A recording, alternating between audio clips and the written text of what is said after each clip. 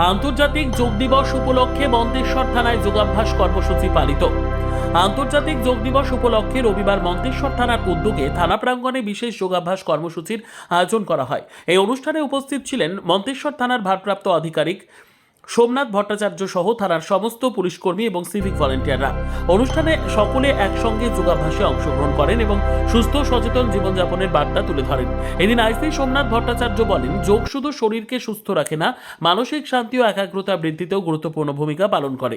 নিয়মিত যোগাভ্যাসের মাধ্যমে শরীরের নানান সমস্যা দূর করা সম্ভব। বিশেষ করে 40 বছরের ঊর্ধ্বে মানুষের জন্য প্রতিদিন যোগ করা অত্যন্ত উপকারী।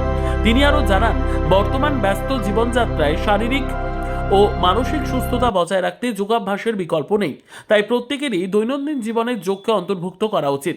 আন্তর্জাতিক যোগ দিবস উপলক্ষে আয়োজিত এই কর্মসূচির মাধ্যমে সুস্থ জীবনযাপনের বার্তা ছড়িয়ে দেওয়া হয় এবং সকলকে নিয়মিত যোগাভ্যাস করার আহ্বান জানানো হয়। মন্তেশ্বর থেকে সাইফুদ্দিন বরার রিপোর্ট, সুন্দর বাংলা নিউজ।